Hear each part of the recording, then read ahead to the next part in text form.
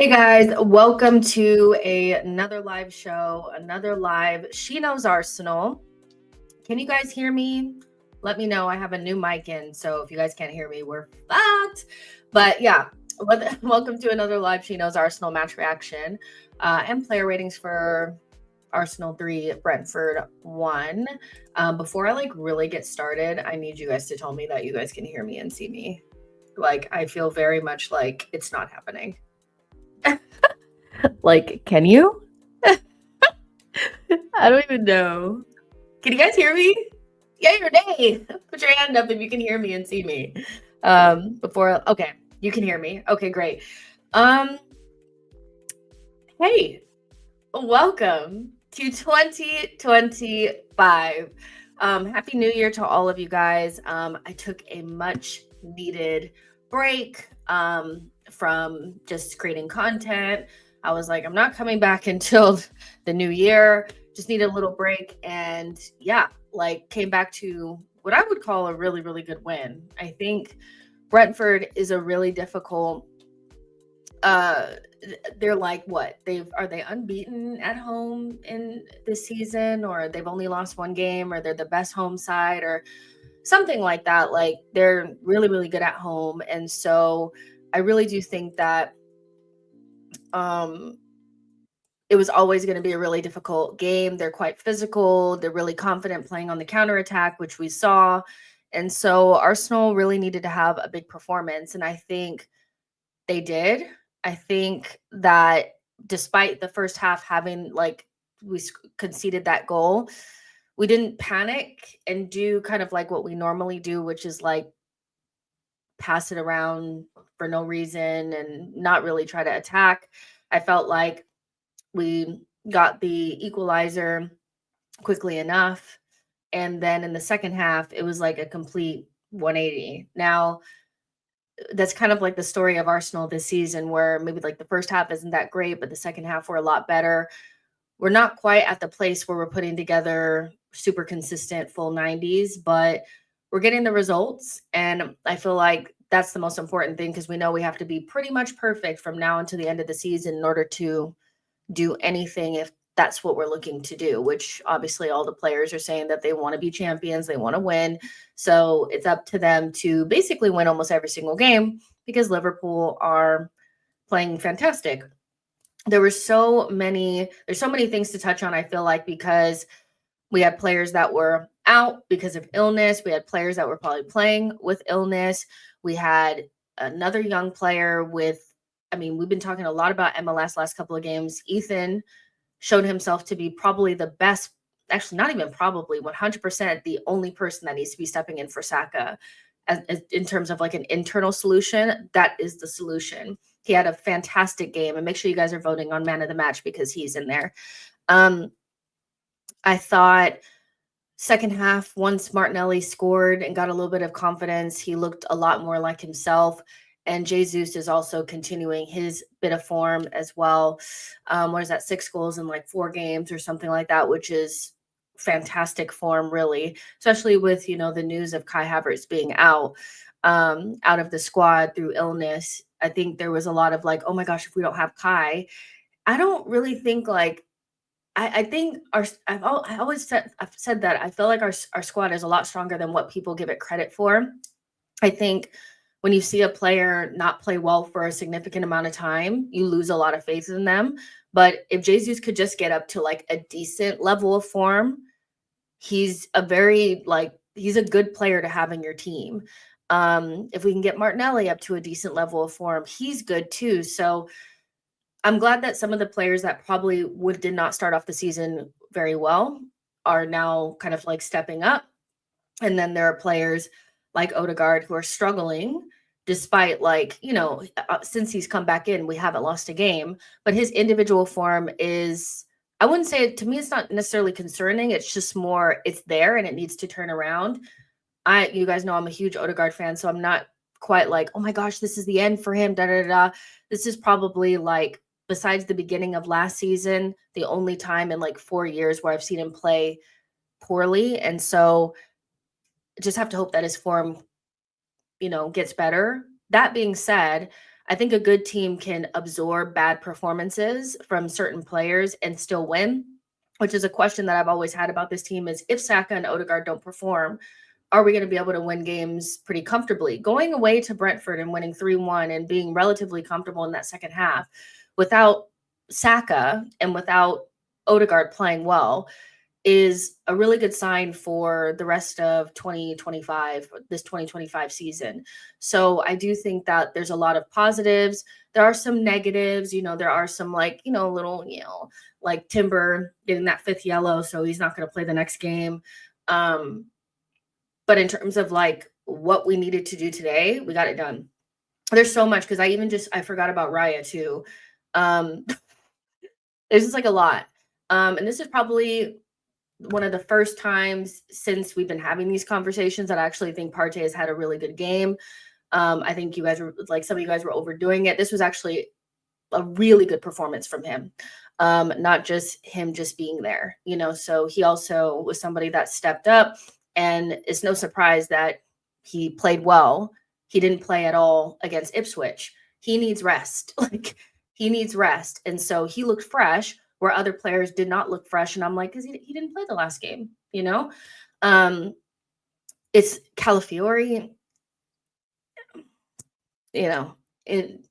interesting day for him coming back in. I do think, I don't want to say MLS has snatched his chain. I just would say that probably about 10, 15 minutes in, I wanted MLS to come into the game. So it's just, it was a game where like Saliba and Gabriel were amazing, but Raya was not great. Timber was good, but Calafiori wasn't great. Partey was good, but Odegaard wasn't great. Marino, wasn't amazing, but he scored the goal. Martinelli scored and then got better after. Jesus was good, scored a goal, not his typical goal, more of like a poacher's goal.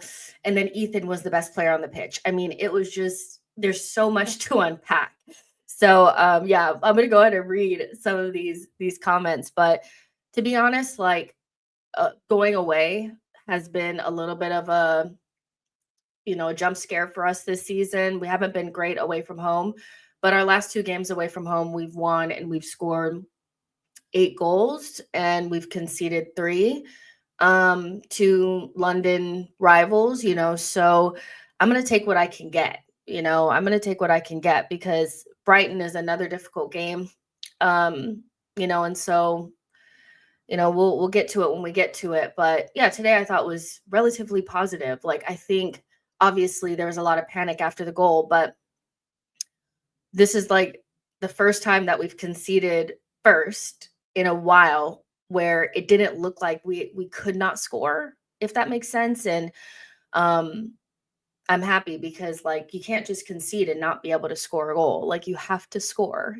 so yeah. And I'm just hoping that these are building blocks for Martinelli. I think that this needs to be more building blocks for Jesus. There's no way that we can go throughout the rest of the season without those 2 players playing well, so yeah. I really liked it. 600 of you guys watching, make sure you guys like and subscribe. Let's see. Burmese says Partey will be right back against Brighton. Probably, yeah. Shamaria says, I think MLS needs to start on Saturday. Calafiori back to the bench. Shamaria says, what a goal from Martinelli. Jagoon says, proud of the win. There's a lot of talk internally and externally that we could easily drop points. And yeah, I think, honestly, this was not an easy game. This is one of the games that when I was looking at it, on paper, I was very concerned about this game because we tend to struggle against Brentford. I think it's because they're physical. Thomas Frank is an amazing coach. They're really organized in their mid block and they're really good on the counter. And so it's kind of like all the things that really are difficult for us to play against, but we neutralized them in the second half. I think their fans were getting frustrated because in that second half, they really didn't offer anything. We shut them down. And I feel like a lot of that was Timber, being first to the ball, jumping in front of their players, Saliba just shutting out the light. I mean, early on in that half, and Bomo elbowed Gabriel in the face, and it was almost like Saliba was like, enough. And then from there, he just handled him, just neutralized him completely. Him and Gabrielle did a really good job. Raya straightened his shit out in the second half, because the first half it was like, so you're gonna have the worst game of your life against your ex team? Can we not? And also Partey did a lot of good like sweeping and jumping in front and stuff like that. So being a little bit more aggressive, I think, really helped us, because they're a pretty aggressive team in themselves. And I thought first half, physically, I thought that we were getting ran over a little bit. Second half, we completely shut them down. So yeah, I think when you're a little bit more aggressive and you don't give them too much respect, you get the result that you got today. Charles says our fullbacks are not supporting the wingers when we are on attack. Consequences of not playing natural fullbacks. I mean, I'm not sure that I think it's, that because basically what you're saying is like, because they're not natural fullbacks, can they not overlap?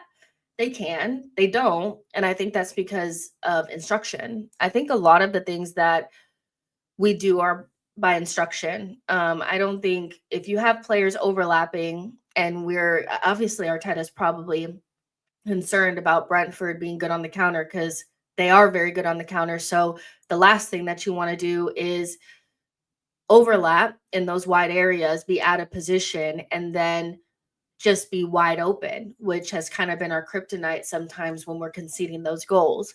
So yeah, I think that it's more by instruction. I think when we feel less threatened by the counterattack, we allow our fullbacks to support a little bit more. But because we've seen Timber overlap, we've seen Calafiori be a little bit more aggressive. But I think today, the reason why they didn't support as much is because Brentford are very good on the counterattack, and Arteta was probably a little concerned about that, and I think rightly so. So yeah, I think it's fine. Bob says, good to see you, Jess. Your background looks warm and amazing. Listen, I love a cozy. I love a cozy. And like, I finally got my like office area, like pretty much as perfect as I could get it. So yeah, the only bad thing is that Ben's like maybe like last week came in here and pissed on the freaking couch. And so it reeked of piss in here for like a couple of days. But other than that, it's great. Shamara says, I thought we'd draw today. I can't lie, predicted a 1-1. Johnny D says, we played better at Palace. If people are not blind, that's 100% for sure. Kwame says, Raya is absolutely bloody lucky that he didn't concede again. Osman says, Odegaard gets treated like a kid and bullied on the pitch by opposition. Jagoon says, proud of the win. There's a lot of talking. Oh, yeah, I read that one already. Jordan Hill says, Nwaneri, man of the match. Johnny D says, Nwaneri wasn't that amazing. Let's not fuck this analysis up. He was okay at best. No, probably not. I mean, I think I don't know how you could watch that performance and think it was just okay. So, yeah. Saida says, when we signed Calafiore, I thought he'd fit in seamlessly within the team, same way Timber did. Saying this, I'm willing to give him time to adjust because he's still quite young and clearly talented. Also, I do think that it's like anytime somebody comes back from an injury, we forget that they came back from an injury or they've been out of the team. MLS has been playing for like the last three games or so. He played against Monaco. Calafiore hasn't really played that much. So I think, again, like we spoke about this with Jesus, how is he meant to get into form without consistent game time? It's so difficult when you've been in and out, Calafiore, in and out, in and out, in and out. I do think Timber is better than him. I think Timber is a better player than Calafiore at this stage. So he fits in more seamlessly. And he's been less injured than Calafiore. But I think people are a little maybe trigger happy to I think what happened in the summer window when we bought Calafiore, Marino, and Sterling, there's like this want to rubbish them instantly and be like, see, I told you they're going to be shit. I told you we didn't need him. I started to Calafiore is 22, and most times if Nwaneri and MLS are not playing, he's the youngest person out there and he hasn't played really consistently. So I would give him time. That left-hand side is very much so a merry-go-round of nightmares. You never know who's going to be over there. You don't know who the left back is going to be. You don't know who the left wing is going to be. You don't know who the left center mid is going to be. So I want to give him more time, because most people that have come into this team have taken almost, if not a half a season or a full season, to really adapt to us. And a lot of those players were coming from within the league. You know, Declan Rice coming from within the league, Havertz from within the league, Raya from within the league. They all took their certain amount of time to get used to playing with us. Calafiori is younger than Saka, not playing consistently because he's been injured in and out, and he's coming from a different league. So I do sense there is like a little bit of like I want to call it like a little bit of like trigger happy to say Marino is ass. Not Marino, I'm sorry, Calafiori is ass. But I don't think that a player that would have ended up at Real Madrid had we had not gotten him is shit, you know? So I'm not saying that you're saying that, but I do sense that whenever he plays, there's like, especially him and Marino, whenever they play in particular, there's like a lot of, and I'm just like, calm down. Because I actually don't think Marino was as bad as people said he was. But then I also am not expecting him to be something that he's not. You know, I'm not expecting him to be Bruno Guimaraes. That's not who we bought. And I think ultimately he will fight a losing battle at this club, just like Havertz, just like other players that came in and weren't exactly what people wanted. No matter what they do, it's going to be, you know what I mean? They're going to be, they're never going to warm to him. They're never going to warm to him ever. They're never going to warm to Marino. It's so obvious. So yeah. But you know, it is what it is. Big Smoke says, do you think Havertz slows the attack? I don't think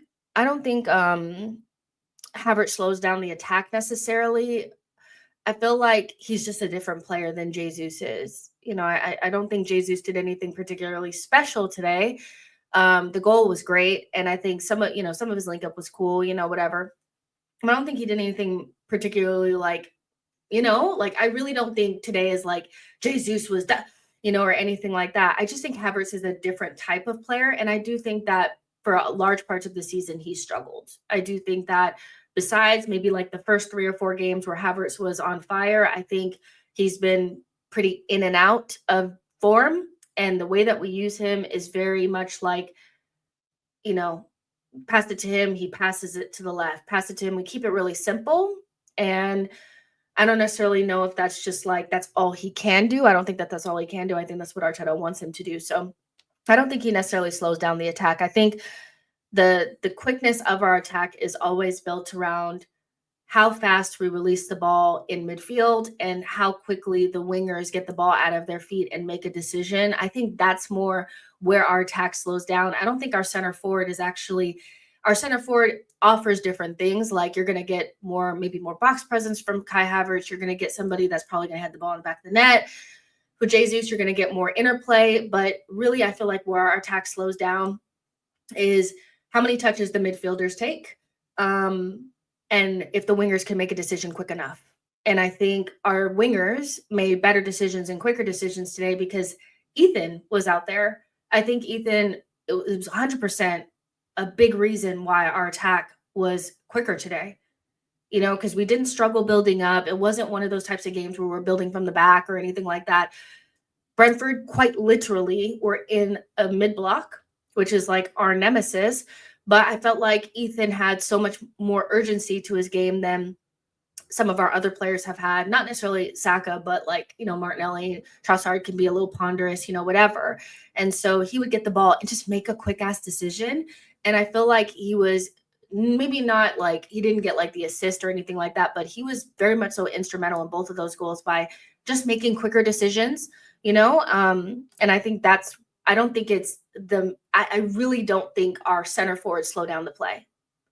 I really don't. I think they just offer different things. If that makes sense. Let's see. So yeah. Ham6 says, we bought Marino to unlock Martinelli. Now we are in a position where we have to buy Martinelli replacement to unlock Marino. I don't really think we're in that place. I don't think anybody is saying, if you thought that bringing in Marino was going to be like bringing in Bruno Guimaraes. And I don't think anybody actually really believes that. I think people have a really difficult time separating the actual performances of players and what they wanted in the summer. I really just don't think, like, I feel like there's a disconnect there. I haven't seen a single person say that we need to unlock Marino. Not a single person say we need to unlock Marino. I think it's just easier to say Marino is not the player that I wanted, because he wasn't the player that any of us wanted. He's very much so a floor raiser, you know, somebody that if we didn't have Marino and we had not bought anybody in that position, we'd be basically rotating sixes in the left eight. He's the only player that we have that can play left eight as an eight, you know, so he adds a little bit of something, but he wasn't what we needed in terms of like a level raiser. And so I haven't seen anybody say we need to unlock Marino or anything like that. I just feel like he's not the player that people wanted. And again, he's facing a losing battle, because even when he plays well, there's like a very big push to like just say, oh my God, he was just rubbish. And I just don't think he is. John says Nwaneri was involved in both the second and third goals. I don't know if he got the assist for the third goal. He was involved. Like, I feel like also with Ethan and with Jesus, there's also like oh my God, if they start playing well, then that means that Arsenal are not going to go out into the window and buy anyone, you know, so we don't need to be disingenuous about the performance. It was really good. You know, it was actually a really good performance. Jesus has been playing well. Arsenal are a deeply unserious club. If all it's going to take is a 17-year-old to come into form and Jesus to come into form to keep you from buying somebody, you were never going to buy somebody to begin with, you know? Shamari says, so why couldn't Arteta start Nwaneri when Odegaard was out? I also think like we have to remember that those are two completely different positions. As bad as Odegaard has been, we have not lost a game since he's been back. He is fundamental to what we do, whether he's playing well or not. You remove that piece and you remove a lot. And so Ethan was playing a completely different position. We saw, I think Nwaneri, what game was that? I think he started in Odegaard's position, or he came in Odegaard's position or something like that. And it didn't quite work out, because that's much different than playing right wing. You have the stability of the midfield behind you, whether you like those players or you don't. Having Marino and Odegaard and Partey behind you is a much different position than right wing. So I feel like I don't want to be disingenuous and say like, well, he would have played exactly the same in midfield. That's a completely different position. You know, I think Arteta should have used him, but I do think that this suits him just a wee bit better, because he doesn't have the responsibility of being one of the biggest cogs in the system. You know, whether you like him or not, whether you rate him or not, whether you want Odegaard, you know, out of the team or not, we are not good without him at all. Like, we can't kick a ball without him, you know? So I do kind of understand the difference between the two positions, and this suits him really well. But I don't think you get the same performance. Should Arteta used him? Probably. But I think we have to remember that those performances probably would be just a wee bit different. Johnny says, let me tell you something, Jess. With Calafiori starting, we won every game. We may look shaky, but that statistic you just don't throw in the bin. For me, he keeps on starting as long as we win. Fair enough, if you know. But we haven't won every single game that Calafiori started. So that's not really true, is it? John says Marino coming in enables Rice to rest in some games. Last season, people complained he wasn't being rested enough. And people forget too, like Rice played all of last season and never got a rest. Never got a rest. You know, he didn't have the benefit of having somebody that could come in and help him rest. He was the left center mid and R6. So I'm not surprised that after the Euros, you know, he's having a little bit of issues with his fitness. That being said, like, let's not go too far here. You know, Rice is somebody that, you know, played really well for us last season. So it's a team game, and I'm glad that somebody else is actually available to play so that he doesn't have to play injured every single game. Let's be serious for 5 seconds. So yeah, Hamstick says, maybe my expectations are so high, Jess. After the last 2 seasons, I was expecting so much from Marino, needed more ceiling raisers, but that's separate. That's separate. Marino not being who you wanted him to be is totally separate from what he's giving you in his performances. You cannot be upset with people giving you exactly what they offer. You can't be mad at Calafiori for not being fast. He's not fast. Oh my gosh, he's getting beat. Of course he's getting beat. He's slow. Like, I don't understand that. As one of my biggest pet peeves is when somebody is really good at doing something specific, if they're not doing that, I understand. If somebody that's really good at passing is not doing well at that, then of course, like, that's bad. But if they're not a good carrier of the ball, I'm not going to be upset that they don't carry the ball. That's not their bag. So I'm not going to be upset with Marino for not being the level raiser that he was never going to be. That doesn't make sense to me. But yeah, I think your comment really like illustrates well the problem with the fan base in analyzing players. It's you get upset with players for not doing the things that they don't even do. They don't do that. You know, you can't get mad at Marino for not being a level raiser when he was never going to be one. Why would your expectations of Marino be anything more than being a floor raiser? Genuinely. He's a good player. He's a solid player. I really like him, but he was never going to come in and be Bruno Guimaraes. He was never going to come in and be whatever left center mid you want. He's not. He's just going to give you an option at left 8, which is more than what we had last season.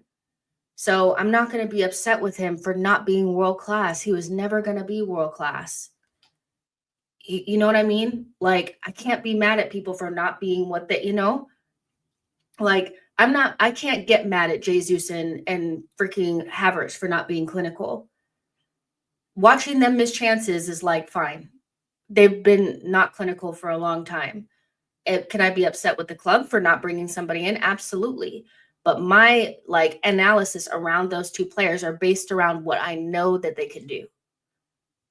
Jesus, I expect you to be able to dribble past people. I expect you to be able to create, interplay between your teammates. But if you miss a sitter, that's who you are. Why would I expect anything different? So I think it's really unfair to be mad at Marino for not being a level raiser. He was never going to be, That being said, I think we played really well, and I'm really glad that, Marino got a goal. I'm glad that Jesus got a goal. I think Martinelli getting a goal. I think those 3 players getting the goals is so funny because, especially with Martinelli and Marino, they're getting a lot of shit in the first half, and then Jesus getting another goal is hilarious because it's like, are you really informed? Because I think a lot of people feel like it's fake. I think he is informed. I think he's actually informed. That's great. Let's see. Chosen One says, Jess, what kind of player do you think Ethan is? Does he remind you of any player past or present with the same profile?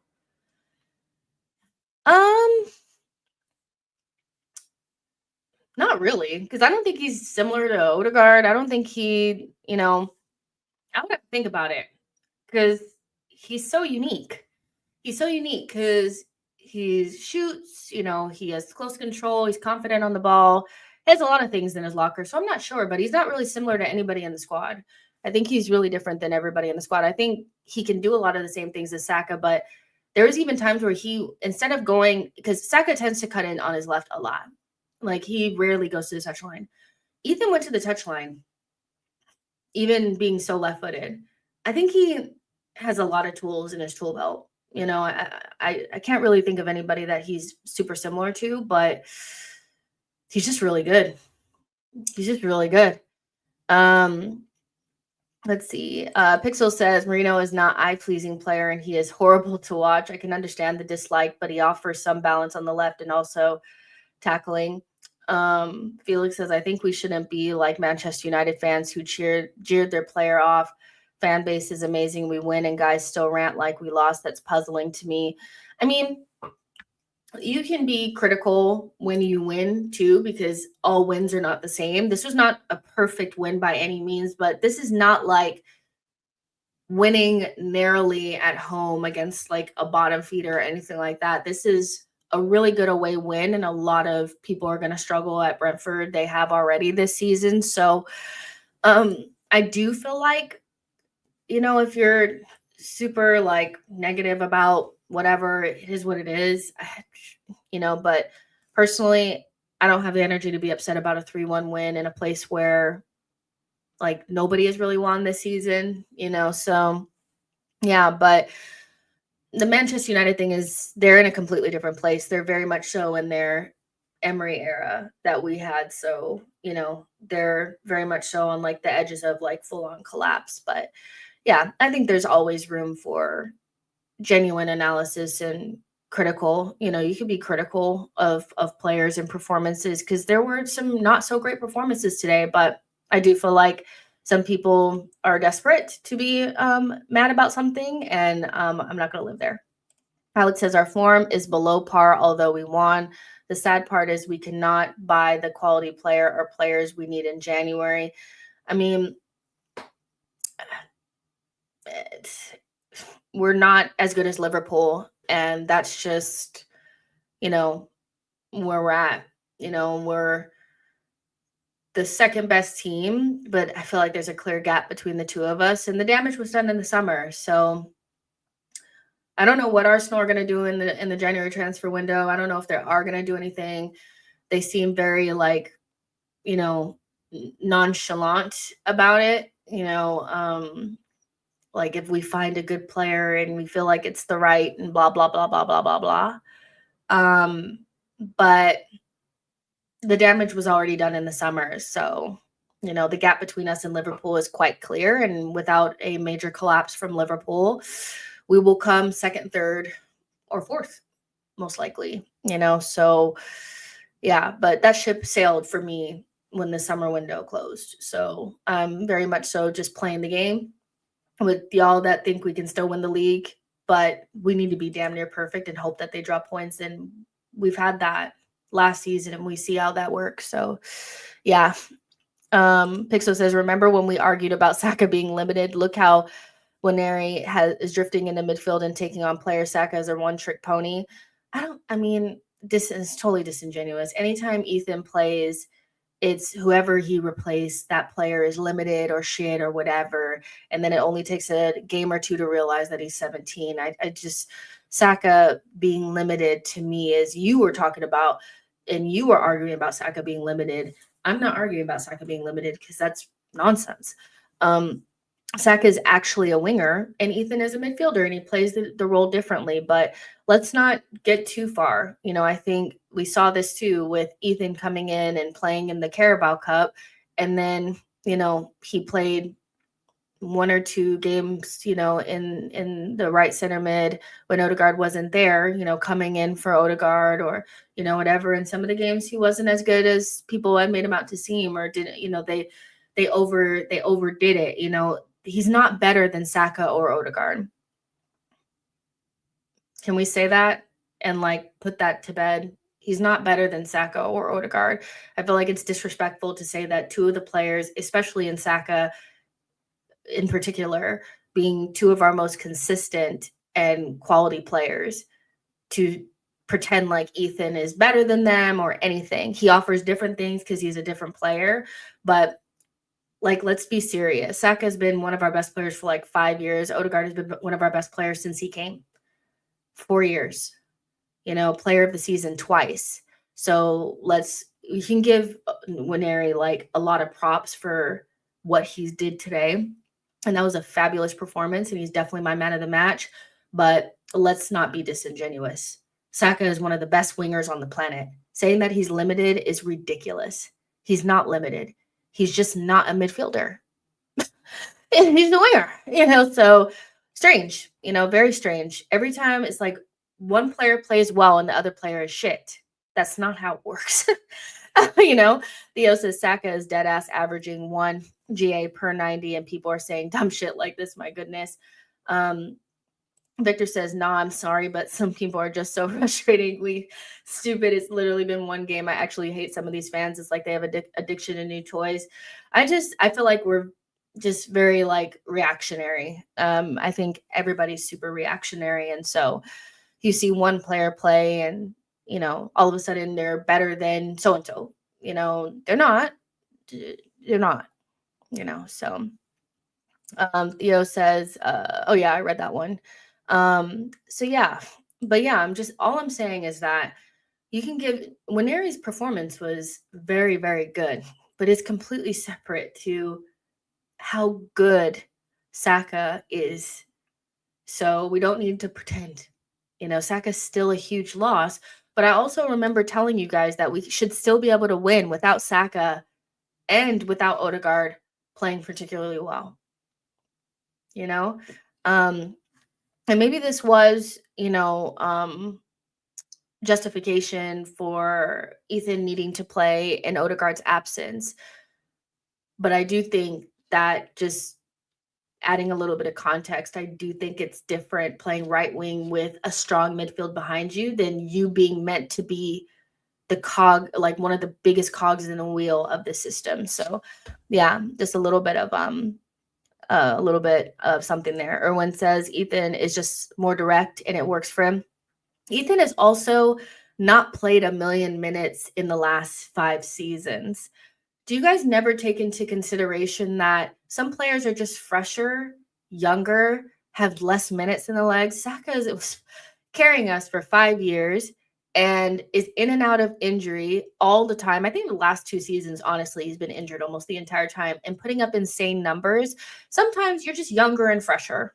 You have the physical ability to be more direct because you're not beat up. You're not beat up. Like, Saka is beat the fuck up. Like, let's be so serious. So I don't want to do this because I don't think Saka is not direct. I just feel like we haven't seen him in a day and Ethan played well. And now it's like, yeah, but Ethan's great, but he ain't Saka. Like, let's be serious. So yeah, but there's 1,000 of you guys watching on multiple platforms. Make sure you guys like and subscribe. I'm so happy because I go on Mo's channel tomorrow and they were like, oh, are you coming? And I was like, it just depends on what happens in the game. Like, if we win, I'll come. If we don't, I'm not coming. And they were like, oh, you're so shameful, or, you're shameless. And I'm like, listen, you can't shame the shameless, you know? But I'm so happy that we won this game and that we have so much to talk about because it wasn't a straightforward, but it was a really, really good win. So it'll be interesting to see what Arteta does against Brighton because my gut tells me bring Miles Lewis-Skelly back in. But then I also feel like Calafiori needs minutes. So there's just a lot. We have options, which is weird to say because we always feel like we're in an injury crisis. Victor says Brentford equals bozo moments for our keepers. Raya really wanted that Hollywood goal line save. Oh my goodness. I almost flatlined because I just remember seeing red when they scored because I was like, as bad as the giveaway is, Odegaard, be fucking for real. What are you doing? What are you doing? There's no way that should equal a goal. I'm so tired of watching us concede the lowest XG chances on the planet. What the fuck? And I'm 90% of our goals come off of that left-hand side. 90% of them. I swear. It's just so, there's still a weakness there on that side. They just tear that side up. But there's just no reason why giving the ball away there means that you should concede. I really just Odegaard, you must do better. I don't think Calafiori was great in that moment, and Raya was too far over. Where I thought people were being a little bit harsh on Raya for the Fulham goal, because I put that 99.9999% on Kivior. This one, he 100% should have done better. And then they shoot it right to you. And are you drunk? That's what I was saying. I was like, Raya, are you drunk? Are you hung over? What is happening? What is going on? The way, if that ball had hit the back of the net, I would have just packed my bags and left. There's just no way I could have went on with the season because it's a joke. That goal could not have went in. I don't know if he just wanted to do the save, like you're saying. Raya, the terrible performance against and it was just the first half, by the way. He was fine in the second half, but the bad performance against your ex-team is something that I'll never understand why Arsenal players do it so much. Why is it that You cannot just be good against your ex side. Why do you have to bust it open? Why? Like, oh my gosh. Rice did it against West Ham last season where he was just like diabolical against them. Most of the times, Zinchenko and Jesus are horrendous against Manchester City. I'm just like, stop buying in the Prem because you guys are just, Havertz is the only one that stood up to be counted against his ex team. I just hate it so much. I hate it so much. I hate it so much. I hate it so much. I hate it so much. Kwame says Lewis Skelly should be picked away to Brighton on Saturday. Let's see. Sayeda says, not that I agree, but I believe the reason why fans do this whole comparison thing is because they're not used to having multiple talented players in one position. Until we do this, will keep happening. And I hear what you're saying. I 100% like think that we have a difficult time having good players in more than one good player in a position, and it's just the other player always has to be ass, and that's never the truth. I hate to break it to you, like, I don't know, it's like you negative Nellies, like you real negative Nellies, we really don't have any players in our team that are horrendous. We really, really don't. I hate to break it to you. If you want to be the most negative person on the planet, then fine. All of our players are shit. There are people on this internet, on these interwebs, that think that our players are shit. But they're not. We are long gone away from the Socrates, the Mustafi, the Cedric, no offense, the Holding. We're so far removed from that now that almost all of our players are like, they're actually good players, if not very good players. No one is shit. There's nobody shit on this team, including Jesus. Jesus, I know a lot of people feel like he is not shit. He was definitely way below his level, and he's not good enough for where we want to go, but he's not in Nketiah.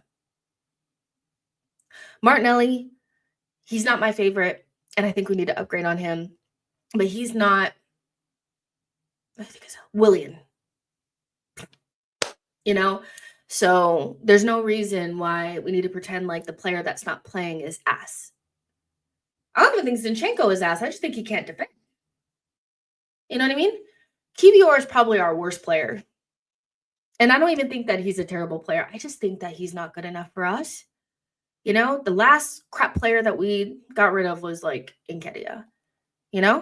Burmese says MLS has better defensive awareness than Kala and should play against Brighton. John says Timber is missing the Brighton game. I don't want to see Kivior. He's my worst nightmare.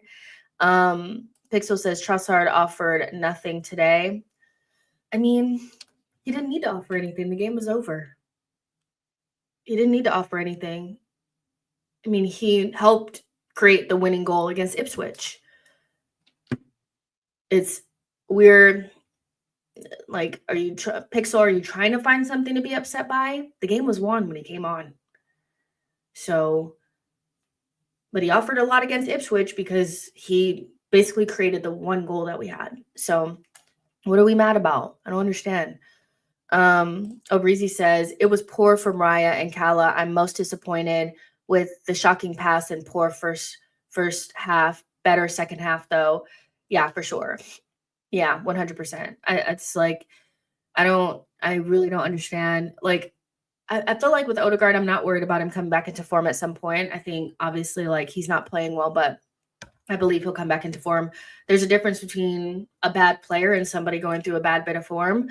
He'll be back. I just feel like it's lasting a little bit too long now, and I'm not sure what's going on. And this is why, like, not having other players that can do a good job in those positions. Like, we shouldn't be relying upon Ethan to step in for our best player or our second best player or our third best. You know what I mean? Like, you have Saka, there's nobody behind him. Odegaard, there's no one behind him. Saliba, there's no one behind him. All of those are like our most important players. You know what I mean? Over the last 3-4 seasons, it's not even really debatable that those are our most important players. And so to not have anybody behind them is like very much so like walking on a tightrope. It's very much so like ridiculous. there's literally no one that can step in for any of those players. So it's just wild. I wish there was somebody that could come in, or even somebody on that other side, a left center mid. That I do think that Odegaard has suffered without somebody like Granit, because Granit did a lot of creation on his side too. I think he allowed Odegaard to have less of a needing to do everything for everyone, and like there's no one else to take that role off of him. Like there's no one else to lessen the workload. And I do think that he's struggling to be everything, which is unfortunate. And then on top of it, he's like in really smelly form. Like I don't know what's going on. So yeah, but we haven't judged the attack. So we're betting everything on Ethan. It's crazy. I hate that Timber is out for the next game. I thought that yellow card was shit. I don't think that it was a yellow. I think the referee was just dying to give an Arsenal player a yellow. And I also just want to say that I told you guys, like, nobody was ever going to get that second yellow for kicking the ball away, and like all of that kind of stuff was going to go away because it was only for us. Like they literally had a meeting before the season started and said, we need to stop Arsenal from time wasting. And that whole thing was about us. It wasn't about anybody else. And so other teams time wasting, kicking balls away and shit, like it's not, no one else is ever going to get anything. The charade, they kept it up for about like 2 seconds, but I digress. But I don't think Timber should have gotten that yellow. I don't think it was really a yellow. It's a shame that he's out, but we'll worry about Brighton like when we get to it. But this was a really, really good win. Like despite, I feel like some people wanting to be negative about the game, we can obviously be negative about the season in totality. Like it's not where we want to be, but isolating like this match reaction for a game that we won was a good win. It's a very, very good win and some really, really good performances in there. Dale says we definitely need a Martinelli replacement, but he has 3 goals in his last 6 starts and on 10 goal pace in the Premier League. Yeah. I mean, Martinelli is just somebody that needs to get into some level of form, just like Jesus. Like we should expect those players to contribute to the season. It can't just be Saka. Those players need to contribute, and they are, and that's good. We stopped wearing our second kit because Free Palestine. I'm the only one noticing this. We stopped wearing our second kit because of Free Palestine. No, I really doubt that. But you don't have to spam it. Isaac says, dude, we'll probably wear it again. Chill. Yeah, I'm like, no, you made that up in your head, baby. Vince says, Odegaard not playing well, but yet we can't play without him. And that's like the double-edged sword of having players that are so important to Arteta's system is very much so built around, like, really, I genuinely feel like the system is built around the center back pairing, Odegaard and Saka. Those players in the left back. The left back needs to be somebody that can invert. The center back pairing must be who it is. Long term will suffer without either one of those. Odegaard, because he's the only one that offers, like people like Odegaard doesn't offer anything. He doesn't do anything. He does do a lot of shit. He wins the ball back a lot.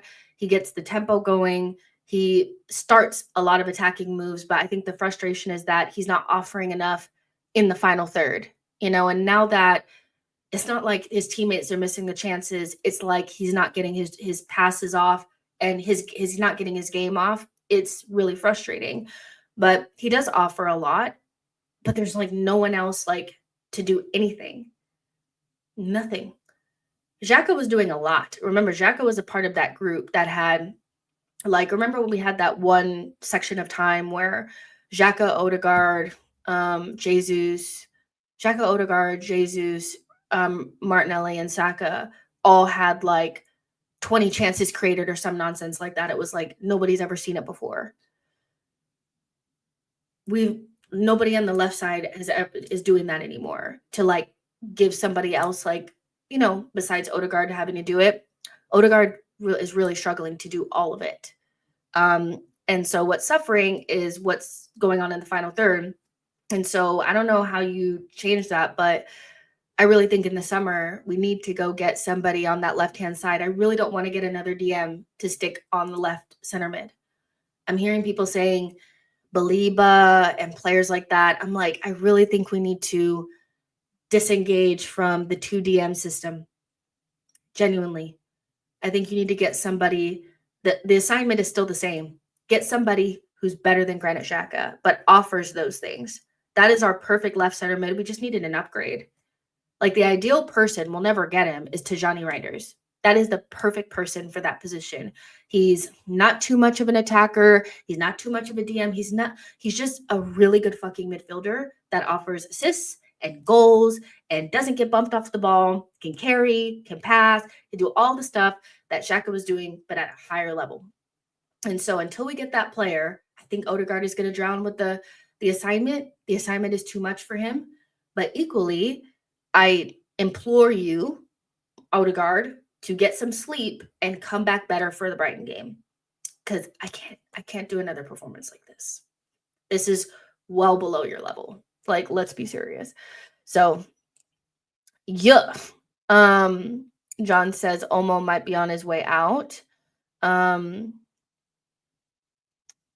says a bad Odegaard is better than no Odegaard at all. And that's kind of like, we quite literally have not lost a game since he's been there. And so, of course, because I love him, I am always going to reiterate it. But if you don't like Odegaard, obviously it's like the biggest deal in the world. I really think we need that left center mid. Me and Deluded have been banging on about this since Xhaka left. It is unfathomable to me that like we have not addressed it, and it's no surprise that we haven't been the same since. It's not because Xhaka is so good. It's because we don't have a player even of his standard anymore. You know?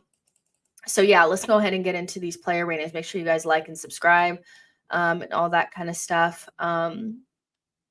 So funny that the Brentford fans, no offense, but they're like very dumb, that they were booing Jesus, but he had a bloody lip and a torn kit. But they were acting like he just flopped it. Losers. Let's get into it. Let's really get into it. Like and subscribe. And make sure you guys get your like ratings in there. No, I still don't have one from Reno, so yeah. Raya, you tried to kill me. Literally, you almost put me in a grave. You almost put me in a grave. Quite literally, like an early grave. Like, my gosh. My gosh. The second half was great. That first half, like some of his distribution in the second half was outstanding. I just don't know why you were drunk in the first half. I really was like, you don't respect my mental health. You literally don't care if I live or die. Do you? I'm gonna give him a 6. I still love him down, but he almost killed me. He wanted me in the grave. Okay. Timber, I thought he had a really good performance. I'm not gonna lie. I think he totally owned that side. Our right-hand side is so locked down. The left-hand side is very much so giving inconsistent. If you want to attack Arsenal, attack that other side, because the side that Timber is on is locked down. He's just a fabulous player. It's a shame that he'll be out for the next game, but he's so aggressive. And he wins the ball back so much, and he just does so many good things. I wish we could see him carry the ball a little bit more, but it really maybe wasn't a game for that. But I just love him down. Fabulous player. Perfect signing. Perfect signing. You know, you just like some of the signings just they're perfect. He's perfect. Saliba, perfect. Gabriel, perfect. Perfect signings. I'm telling you guys, Arsenal, stay within that 25 to 40 million pound range, because that's like where the magic happens. When we get outside of that, that's when it gets a little strange. I'm gonna give you a like 7.5. Very, very, very good performance. I love him down. Saliba, quietly fabulous. Quietly fabulous. He had enough of Mbomo. He said, "You will not knock one of my players over again. You will not come through here again. You will not score another goal." I love that. He was like not having it. 8. I thought he was fantabulous. Gabrielle, I thought again, fantabulous. They're both just they are so important to the system. It's ridiculous. I don't know if we can find anybody that can do something similar, but if we didn't need 20 attackers in the summer, I would say you need to get somebody that can replicate what they do somewhat, because baby, I don't want to see anybody else back there, because these guys shut out the light. They shut out the light. They make good attackers look like nothing. They are so yin and yang. It's ridiculous. They go together better than anything else. They're just perfection. 8. I love Gabrielle. Kala, listen, not your best, but definitely not the worst I've ever seen. I just think he needs consistency, and that's why, as much as I want to continue on with MLS, I do feel like Kala needs a little bit more playing time, just to get some consistency. He is an kind of expensive signing for us. Not too expensive, but the most expensive that we had in the summer, and I do think we owe it to ourselves to try to get him fully integrated past this injury, this groin injury that he had, whatever. Quiet as it's kept. Now that Calafiori is back, I want to see Miles Lewis-Skelly in midfield. Quiet as it's kept. I know Arteta will never do it, but I feel like he's perfect for left center mid for some reason. He just has it. But that's a sidebar. Kala could have done better for the goal. Didn't really think he got his game off. You know what his game is? His game is carrying the ball and getting in the final third and doing what he does best, and, you know, all that kind of stuff. But I didn't really think he didn't get his game off the way that I expect him to, but this is pretty much his first start back from injury. So I'll give him grace. And his Brentford away, it was a tough game, 6. Let's see. Partey, like I said at the beginning, I actually think this is a good performance. I think the other performances that people were saying were good, this was a good Partey performance. This was actually a good one. The other ones were like, this was actually really good. I thought he did the things that we expect him to do. He moved the ball well. He won the ball back quite a bit. And I thought he was one of the only players in the first half that looked anywhere near his level. I still think that he needs time to rest. I would not second guess for a second that the reason why he looked fresher than anyone else is because he didn't play against Ipswich.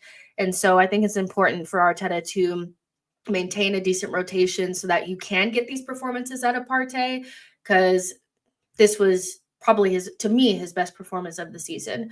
I don't think the other ones were anywhere near this one. It still wasn't vintage Partey. It's nothing like it was in 2022, 2023, but it was much closer to what I would consider a really good Partey performance. So he was one of the people that I picked for man of the match. And yeah, I thought he was really, really good. 8.5. Let's see. I don't have one from Reno still. Oh my gosh. I'm just gonna Marino. Marino. This is Marino, guys, not Havertz. Marino, I don't think he was anywhere near as bad as other people are saying. I think people already have a preconceived thing about him, and so unless he turns into Bruno Guimaraes, nothing he does will be good enough.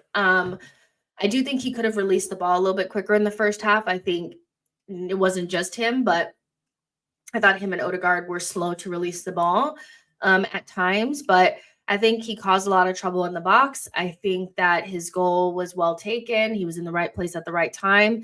And I just feel like, he's just not somebody that I'm expecting to give me, the type of performances that a level raiser would give. So I usually try to base this on what I think your capacity is, not putting you up against somebody that I wish I had and then like beating you down because you're not that guy. So yeah, Marino, I'm gonna give him I'm gonna give him a I would have given him a 6.5, but I'm gonna give him a 7 for the goal. I think it was like a solid, good performance. And as to be honest, I don't actually think anybody had like a nightmare of a game. I really don't. I think some people had like a really bad first half and then kind of like got back to solid ground. I really don't think anybody was like the worst thing I've ever seen in my life, to be honest. But yeah. Odegaard, I really just think, he's struggling. And so, it is what it is. You guys know I believe in him down. So, there's really nothing you can say to me. I know he's going to come back into form. I'm not worried about it. But we need to be able to win games, whether or not he's playing well. That's a sign of a good team. I really think that if Saka and Odegaard are not at 9s and 10s and we can't win, then our team is not performing well enough. It's a team game. Can't be losing the ball where he lost it. Or it's not even so much where. I think it's just how like sloppy that pass was. His little dinks over to Timber on the overlap were not precise enough. He was finding good space and he had some nice little passes here and there, but I just feel like there's like a lack of sharpness. And then also he looks a little weak. When he came back from injury, those first kind of 3 or 4 games, physically, he looked really up to it. And now like it's gone down significantly. I don't know how that recovers at all. Like I really don't know what's going on with him, but he's just in the struggle zone. He's out of form. Like, I feel like that's just what it is. So, I hate to give you this, but I'm going to give you a 5, and with 6 being average, 5 is below average. For all you guys are like, 5, give him a fucking 1. I'm not going to give him a 1. He was below average. Relax. Let me get to your comments because I forgot to do the comments. Sorry. Let's see. Johnny says Odegaard 5 out of 10. I thought 6 before the pass, and then missed pass deducts him 1 point. Kwame says Odegaard is vital no matter what. Pixel says is Rice carrying an injury? Arteta did say that he's worried about.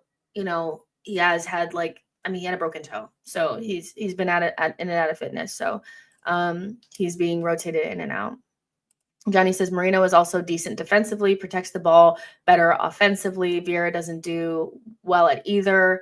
Victor says Odegaard 5.5. Yeah, it's not really working out for him right now. So yeah. Obrizi says took a while for Xhaka to get used to the system and give Marino time. Yeah, I just think I don't think Marino's ever going to be what people want him to be, but do I think some of the analysis has been harsh? Yeah. I do think it's been harsh. But we needed like another marquee signing in midfield and we didn't get it. So I hear this, Nasai, I get what you're saying. I think for me, it's like when you say he's been our best midfielder when Odegaard hasn't really been good this season and Rice has been in and out of the team and Marino hasn't really been there either. The standard is really low. So being our best midfielder when everybody else has been shit is different to me than the performance of today. I think that this is his best performance. I don't think he was good against Aston Villa, like people said. I didn't think he was good against Tottenham, like people were saying. I think he was like good against like Sporting and stuff like that. But to me, this is his best performance of the season. I think it was. I think physically he looked up to it. He wasn't getting beat on transition. He was winning the ball back. Thomas Partey, when he first came to the team, was not a player that lacked physicality. His physicality has dropped off a little bit, but today he looked fresh. He was on it. He was on the front foot. There wasn't moments like there was against Crystal Palace where we were getting beat on transition. He was getting ran past. None of those things were happening. So I do think I'm being fair. I don't think that some of the performances that people were saying were really, really good were actually that good. I think that he was the best of a bad bunch. Today, he was really good. Today, he was really, really good. There's no way to say that he wasn't. So, yeah, I think that was the first like top quality performance that he really had for me. Aha says, unfortunately, gonna have to put Partey right back on Saturday as Timber is suspended. Tomiyasu doesn't exist. Yeah.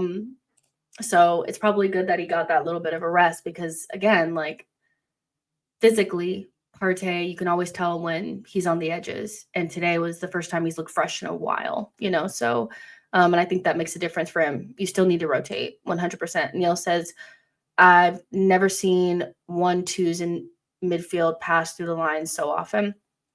Vixo says, is Tomiyasu a marketing gimmick for Japanese fans because he's a waste of space? I'm going to be really honest with you guys. I think, you saw pictures. If you're not following the players on Instagram, Tomiyasu posted his Instagram about being in Japan. And I know a lot of Arsenal fans are like, well, where are you? Why are you not here? Honestly, probably the main reason why I try not to go in on Tomiyasu too much is because I remember a lot of people went in on him last season without any of us really knowing that he lost his mom last season. And, he played one game against Southampton for us this season and then got injured again. I think him not coming to games and not being around is probably because the club sent him back home. Remember there was a time where, Saliba lost his mom and the club were really like conscious of making sure that he was close to home, making sure he was in France and handling him with kid gloves. I want to be kind to Tomiyasu. I'm very concerned that there might be something else going on. I just don't think it's normal for him not to be around at all. And him being in Japan and not being in London makes me think that it's probably more of a mental thing. You lose somebody so important to you, and then you're also injured every 5 seconds. Your mental health cannot be great. Or I would imagine that you might be struggling. So with Tommy, you don't see him out at clubs. It's not like, he's out, he's not out doing nonsense. I really do think the club has probably sent him away to take a break. And so I really just feel like as much as people are frustrated with Tomiyasu, we have, with Tomiyasu out, we've discovered MLS being fabulous. And so trying to take the positive with it because I'm really concerned about Tomiyasu. Like, I'm very much so concerned. For a while, I was like, are there signs of life? If he was out at clubs and stuff like that and like looking like he wasn't taking care of himself or whatever, then I'd be probably more concerned or a little bit less like kind about it. But I'm really like concerned about Tomiyasu's like mental health. So, I mean, every time you step on the pitch, you get injured. That can't be good, So, yeah, that's pretty much, where I'm at with it. Declan came on, he did whatever, I'm not really going to rate him because he just did whatever when he came on, like 5, whatever. Jorginho, like 5, whatever. I don't really think anybody came on and did anything special. Do you guys think so? Because I don't really think so. I want to get to like the forwards. Where are our forwards? Oh, Martinelli. Okay. Listen.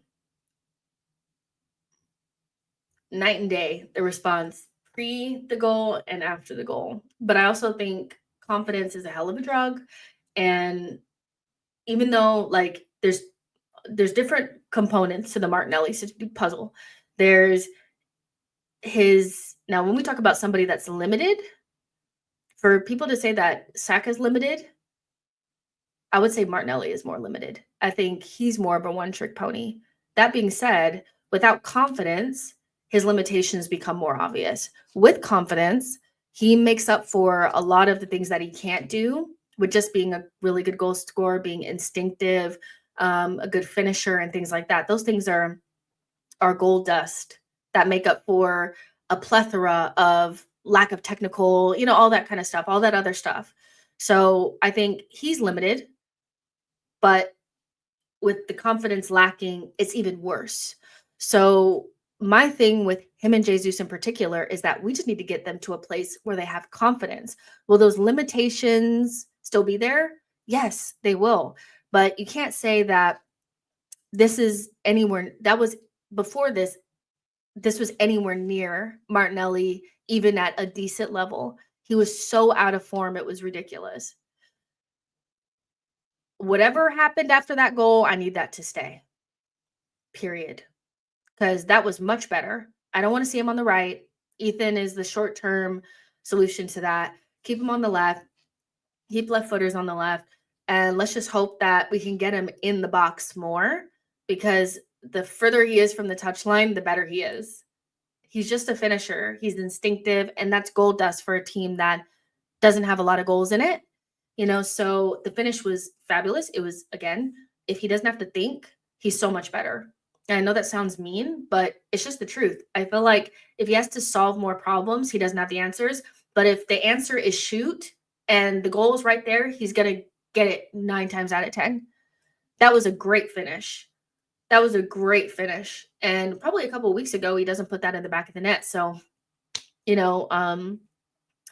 putting the need for an upgrade and all of that aside, I think the second half was hopefully a confidence builder for him. So it wasn't like the perfect performance, but it was definitely something to hopefully build on. I'm going to give him a 7. He did some step overs. Like, we just need him to be confident. So many of our players are they don't have confidence, especially our attackers. Our defenders are full of fucking confidence. Of course they are, because they're the best defense in the league. They're like, we got this. But Odegaard, Havertz for a significant amount of time, Jesus for a significant amount of time, Martinelli for over a season, like, you could just tell that they're not operating with any level of confidence. With confidence, you're still going to need other things. When they were at the peak of their powers after the 2022-2023 season, we all still felt like we needed more attackers. So we just need to get them to some level close to that. Something that resembles that. Doesn't change anything for the summer, but if you want to win anything, these players need to perform. And so I'm happy for Martinelli. I'm not a hater like other people. Boy says these lot are just overrated. I'm being nice and not saying rubbish. These attackers are lacking confidence in the team that scored 90 goals. What? I mean, they are lacking confidence. They are lacking confidence. When we scored, see, here's my thing is, when you don't like players, you tend to be like really dishonest. And I feel like this comment right here is really dishonest, because when we scored 90 goals, we scored a lot of those goals in the second half of the season. We were blowing teams away. The first half of the season, we really struggled to score goals. We really struggled to score from open play. Second half of the season, we were blowing teams away. The main players that were a part of that were Havertz and Trossard. It wasn't Jesus and Martinelli. They weren't even really a part of it. They were like non-factors all of last season. So, of course, they're lacking confidence. They lack confidence at the beginning of Martinelli at the beginning of last season, and just it continued. So us scoring 90 goals as a team has nothing to do with whether or not Martinelli and Jesus are confident. We know that they're not. So I think there's two things can be true at the same time, that they're not the long-term solution, because we still felt like we needed attackers anyway after they played really well in 2022, 2023. But what we were seeing was well below their level still. So they're clearly lacking confidence. It's so obvious. Do you guys think that Jesus just woke up and just became a different? No, he has more confidence now. It's so obvious. Like, it's confidence. It's confidence. Like, I'm sorry, it's confidence. Whether you think these players are good enough long-term is totally separate to whether or not they're playing to the best of their ability, and they're not. So Until now, they're playing a lot better. Owen says Odegaard paying that bad pass and then not following his man and backing out of challenges was really disappointing to see. I don't really see him backing out of challenges, but I get what you're saying. Blaze says, I agree with Jess. Our attackers sometimes are lacking confidence. Zish says 5 goals and 2 games in 17 games this season. So Martinelli gets a 7.5. We need to see more of that from him. So yeah. But I mean, I agree that the goals come in bunches, but they weren't really involved. Martinelli and Jesus were not involved with us last season. They just weren't. They were in and out. The main players last season and the back end of last season were Trossard, Havertz, Odegaard, and Saka. Those are the main attackers. The other two were not really involved. Their confidence has been in the toilet for a year. So confidence-wise, they're coming back into some level where they look kind of like themselves. And now, maybe a couple of weeks ago, Jesus was a player that we would have never thought, which, speaking on Jesus, we'll go ahead and move to him, was a player that was relatively, he was unusable. Nobody wanted to see him. He was buried on the bench. It was like if he came on, it was like game over. Now he's a usable player that started away from home at Brentford, scored a goal, and played relatively well. So 2 things can be true at the same time. You cannot be good enough for the long-term plan, and we need to upgrade, but you can also play better than what you're playing right now. Nobody can tell me that what we saw over the last year or so for Jesus and Martinelli is just who they are. It's not. Jesus has like 100 goals in England, like since he's been in England. He's not whatever this last year has been. It's just not. His confidence was on the fucking floor. Owen says, I've always rated Jesus. The injury just delayed him. The goal that he scored today, I want to say 2 things about it. Is having somebody in the box works, and he doesn't score that goal a couple of weeks ago. That is just a striker's goal. He's feeling like a striker now. 6 goals in 4 games. That's great. So, but the second thing is that Arsenal benefited from making their own luck, because obviously people, it's just lucky. Flecken just, parried it into Jesus's, into his path, and it was just like a lucky goal. You make your own luck. Did you guys watch Liverpool versus West Ham? Them goals they weren't all like worldies. Luis Diaz took a fucked up touch and it banged off of Mavropanos and another one of their defenders' shins right into Luis Diaz's path, and he just kicked it in the back of the net. You make your own luck by making the opposition panic, make them have to defend. The cross that Ethan put in was not a floaty cross. It was a whipped cross where Brentford struggled to defend it, and then it fell to Martinelli and we kicked it into the back of the net. You make your own luck when you take shots and when you have better deliveries. I just think the floaty cross that we saw a lot in the first half is shit. Get rid of it. Low and hard or whipped in, something like that. Like kind of like our corners. Our corners are not floated. They are whipped in with pace. That causes panic. I don't know why when we get into the half spaces, you have Martinelli and Odegaard just like floating the ball in. Hit that shit low and hard. Make them have to defend. Either they're going to kick it in the back of their own net, give us a corner, or is it going to go out to one of our players and we get the ball back? I just think we need to cause more chaos. And I think a lot of this game was us causing chaos. Partey shoots the ball low and hard on target, and Flecken fucks up and parries it to Jesus, and he puts it in the back of the net. You make your own luck. Ethan, instead of crossing it stupid and like soft and high up in the air, he whips it in. They fuck up defending, and Martinelli just hits it in the back of the net. You make your own luck. We need to do more of that. Like, take more shots, but take good shots that actually go on target, But if that was a striker that we had bought, everybody would be saying like, oh, that's great. We got a striker. Well, you got to give Jesus credit for doing strikery shit. I think he was just at the right place at the right time, but a striker is usually in the right place at the right time. Holland has like 20 of those a season where he just happens to be there and just kicking it back in the net or heads in the back of the net. So yeah, well done him. Kwame says Jesus 9. Kwame says Martinelli 8. Nwaneri 8. Let's see. Burmese says we definitely need to shoot more and take more risks. All this possession without shots is pointless.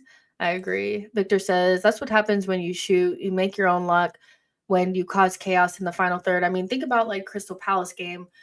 Declan he took a shot. That was a shot that he took. And it just happened to fall from Martinelli because he was in the right place at the right time. But it was like on target and not just some like horrible shot that just goes way over or some floaty fucking cross for no reason. We need to shoot more. We don't shoot enough. It took us like 30 minutes or something like that to get a shot on goal. It's too long, you know. Take more risks, you know. We just need to do that. Mata says, yeah, Jesus' goal was very 2022, 2023. Jesus. Big says, Tomiyasu just posted a pic of Mount Fuji. He's on vacation. I mean, listen, if you want to be super frustrated at Tomiyasu and make him your whole thing, be frustrated. But I highly doubt it's really just a vacation. He's not in London.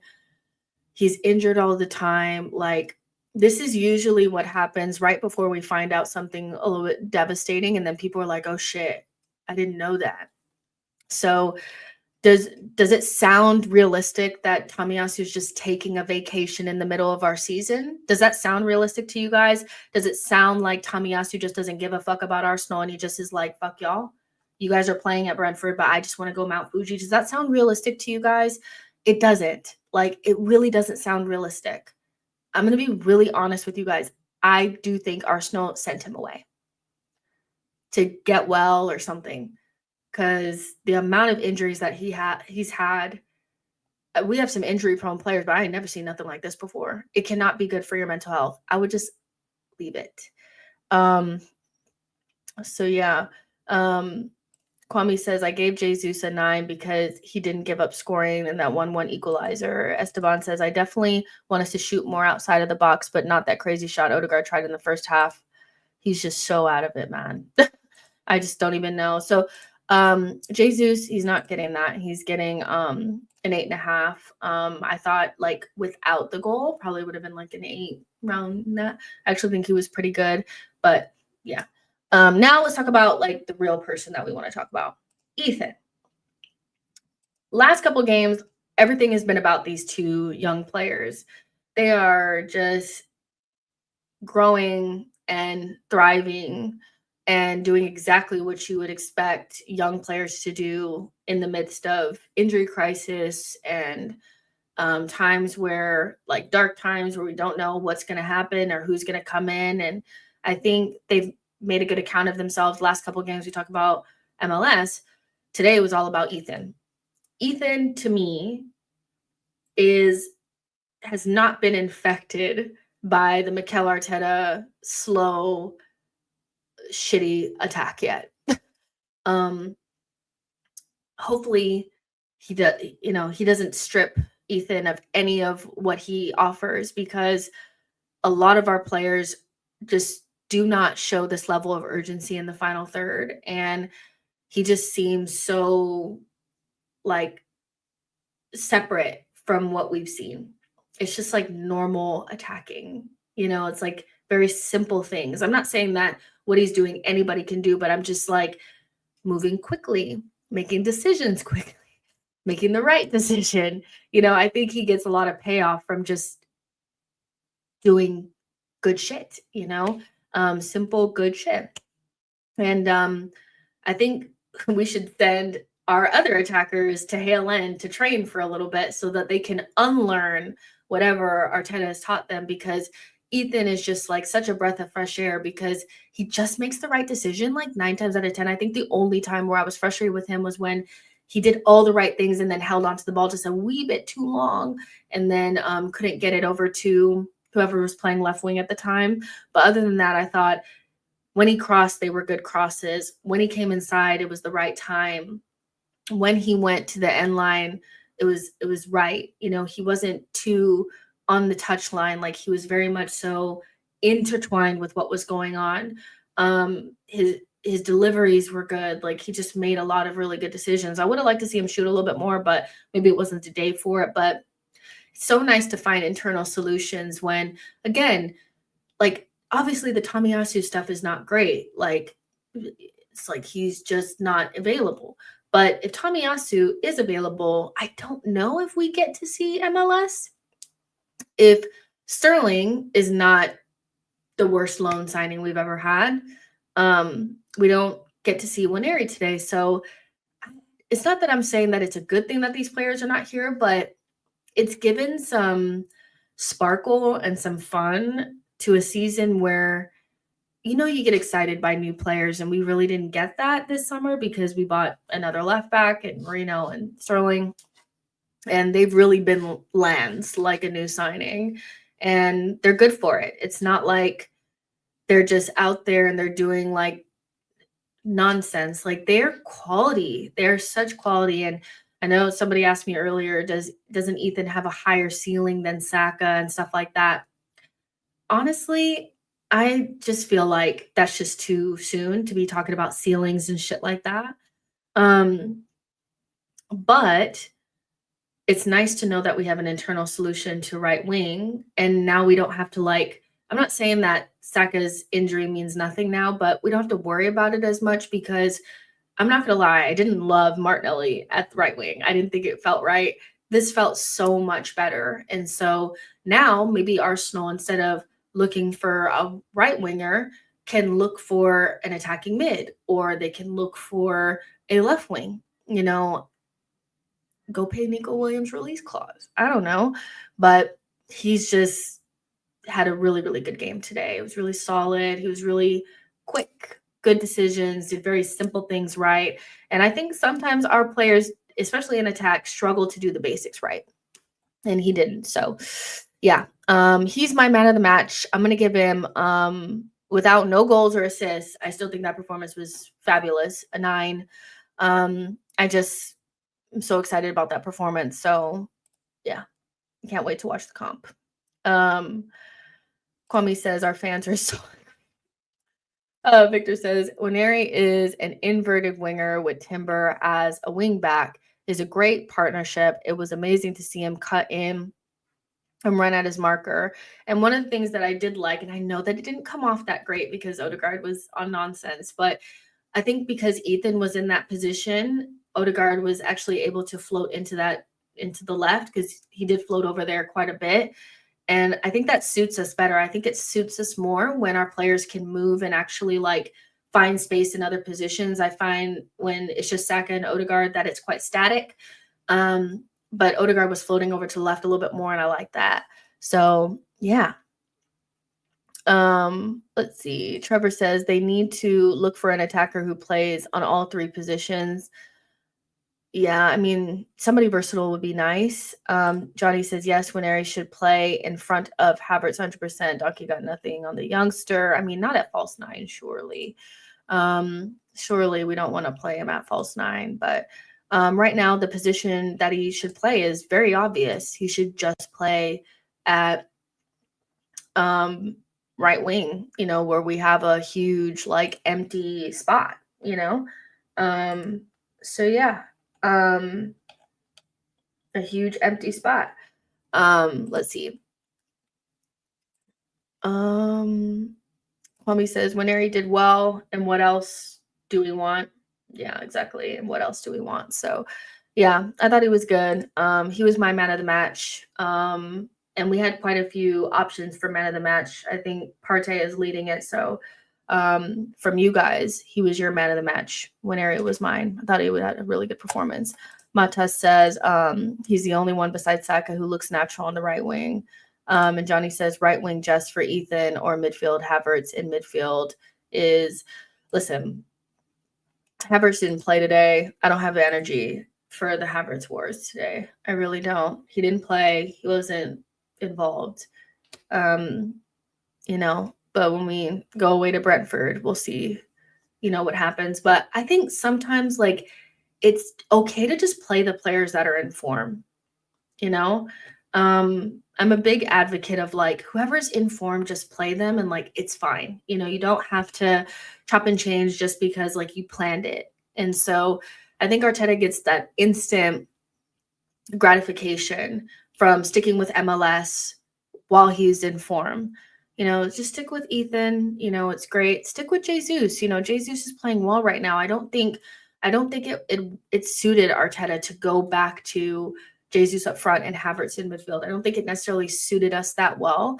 I just think choose one of Havertz or Jesus, and Jesus is the one with the hot hand. If he doesn't play well, you can take him off and Havertz can come on, but we don't have to force Havertz into the 11.